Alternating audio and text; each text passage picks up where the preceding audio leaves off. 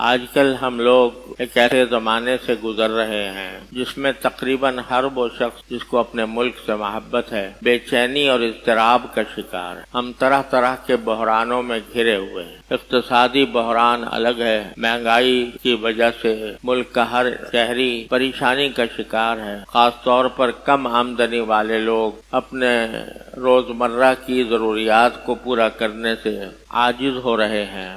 ملک مالی اعتبار سے انتہائی کمزور ہو چکا ہے، اقتصادی بدحالی میں ہم لوگ مبتلا ہیں، اور اس قسم کے حالات بعض اوقات قوموں پر آتے ہیں، لیکن اگر قوم متفق ہو اور یکجہتی کے ساتھ، مفاہمت کے ساتھ، باہمی اتفاق کے ساتھ ان مشکلات کا مقابلہ کرنے کے لیے تیار ہو تو رفتہ رفتہ ان مشکلات کا ازالہ ہو جاتا ہے۔ لیکن افسوس یہ ہے کہ اس وقت قوم خود بٹی ہوئی ہے اور شدید انتشار کا شکار ہے، اور سیاسی اعتبار سے سارا ملک اور قوم اس طرح بٹے ہوئے ہیں کہ ایک دوسرے کے جانی دشمن بنے ہوئے۔ یہ انتہائی خطرناک صورتحال ہے، اور اس صورتحال سے بچنے کا اور اس سے نکل کر امن اور استحکام حاصل کرنے کا اس کے سوا کوئی اور ذریعہ نہیں ہے کہ ہم اللہ تبارک و تعالیٰ کی طرف متوجہ ہوں، اپنے گناہوں سے اللہ تعالیٰ کی حضور مغفرت مانگیں اور دعا کریں کہ یا اللہ اس صورتحال سے سوائے آپ کے کوئی ہمیں نہیں بچا۔ میں نے جو ابھی آیت آپ کے سامنے تلاوت کی ہے اس میں اللہ تبارک و تعالی یہ ارشاد فرماتے ہیں کہ ما اصابکم من مصیبت فبما کسبت ایدیکم، تمہیں جو کوئی مصیبت تمہارے اوپر آتی ہے تو وہ خود تمہارے اپنے اعمال کا نتیجہ ہو۔ وَيَعْفُو عَنْ كَثِيرٍ، اور بہت سی باتوں سے تو اللہ درگزر ہی فرماتے رہتے، معافی کر دیتے۔ یعنی تمہاری بہت سی غلطیاں ایسی ہیں یا گناہ ایسے ہیں کہ اللہ تعالیٰ خود ہی معاف فرماتے رہتے، لیکن جب تم اپنی نافرمانیوں میں حد سے گزر جاتے ہو تو پھر تمہیں بعض اوقات اس دنیا کے اندر مصیبتوں کا شکار کر دیا جاتا۔ فَلَنُذِيقَنَّهُمْ الْعَذَابِ الْأَدْنَىٰ دُونَ الْعَذَابِ الْأَكْبَرِ لَعَلَّهُمْ يَرْجِعُونَ۔ ایک اور جگہ قرآن کریم میں فرمایا کہ بعض اوقات ہم تمہیں اس دنیا میں کچھ عذاب کا مزہ چکھاتے ہیں اس بڑے عذاب سے پہلے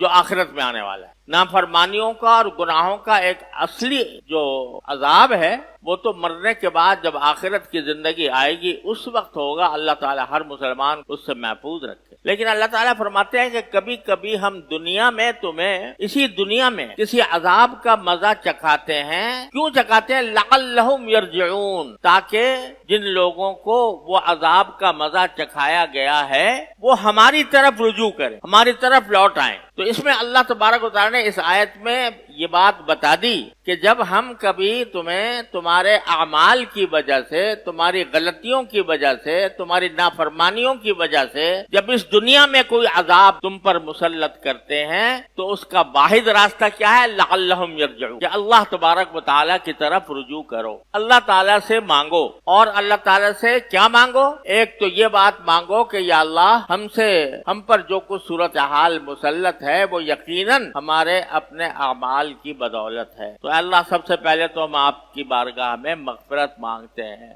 اپنے اس گناہ سے، اور دوسرے آپ ہی سے یہ التجا کرتے ہیں کہ آپ ہی ہمیں اس مصیبت سے نجات دلائیں، کوئی راستہ ہمارے لیے نکالیں۔ آپ قادر مطلق ہیں، آپ رحیم و کریم ہیں، تو اللہ اپنے فضل و کرم سے آپ اپنی قدرت کاملہ کے ذریعے ہمیں اس مصیبت سے نکالیں۔ لعلہم یرجعون، تاکہ لوگ ہماری طرف رجوع۔ آج صورتحال ہماری یہ بنی ہوئی ہے کہ یہ جن حالات سے ہم دو چار ہیں تقریباً ہر مجلس میں اس کا تذکرہ ہوتا ہے، اس پر تبصرے ہوتے ہیں، کس کی ذمہ داری ہے، کس نے یہ حالات یہاں تک پہنچائے، کون سی حکومت اچھی تھی، کون سی بری تھی، کس کی ہمیں حمایت کرنی چاہیے، کس کی مخالفت کرنی چاہیے۔ اور چونکہ لوگ دو گروہوں میں بٹے ہوئے ہیں لہذا ہر گروہ اپنی تائید میں دلائل پیش کرتا ہے اور دوسرا اس کی تردید کرتا ہے اور اپنی تائید میں دلائل لاتا ہے۔ آج کل ہماری بیشتر مجلسیں جہاں 8-10 آدمی جمع ہوتے ہیں تو فوراً تبصرہ شروع ہو جاتا، اور تبصرہ اسی بات پر کہ یہ ہم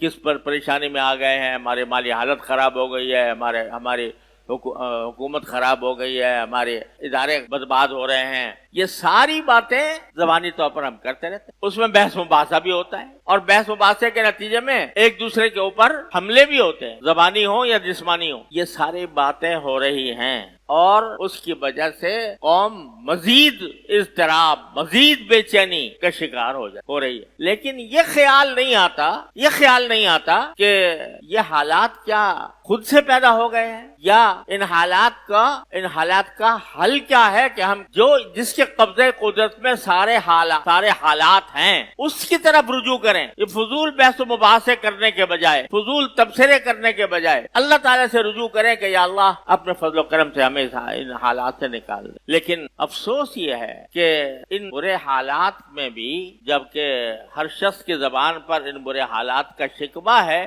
اور اس ذمہ داری پر بحث ہے کہ یہ آیا پچھلی حکومت کی گڑبڑ تھی، اس نے یہ حالات پیدا کیے، یا موجودہ حکومت کی ہے کہ اس نے یہ حالات پیدا کیے.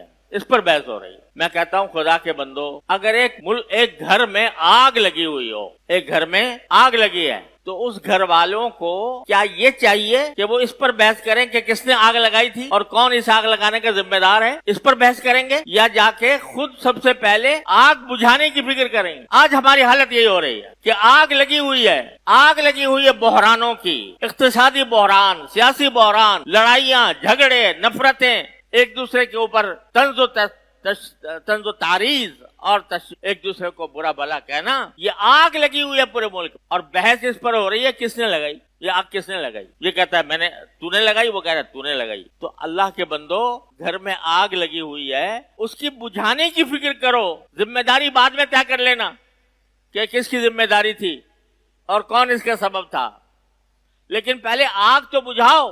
اور اس آگ کو بجھانے کا واحد راستہ قرآن نے یہ بتایا ہے کہ لعلہم یرجعون.